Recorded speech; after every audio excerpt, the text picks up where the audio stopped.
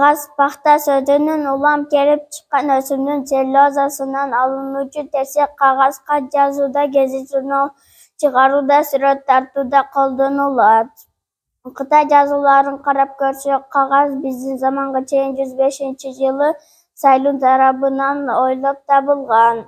Жыгач, күлүн жана дөмбүрдү пайдаланып биринчи кагазды алган. Ал бардыгын майдалап, суу менен аралаштырып алынган.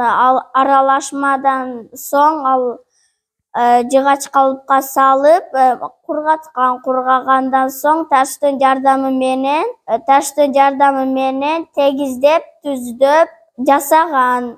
Сайлун ойлоп тапканынан кийин кагазды иштеп чыгуу уламдан улам өнүгүп олтурган. Дептер жөнөкөй эле буюм.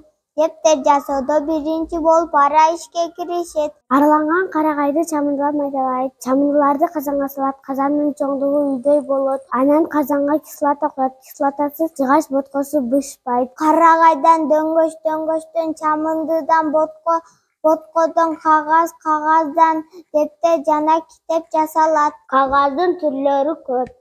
Мисалы кичинекей жол, чакмак, чоң жол, картон, ак кагаз, бумага, клей кагаз, жылтырак кагаз, салфетка, булардын баары карагайдан жасалат.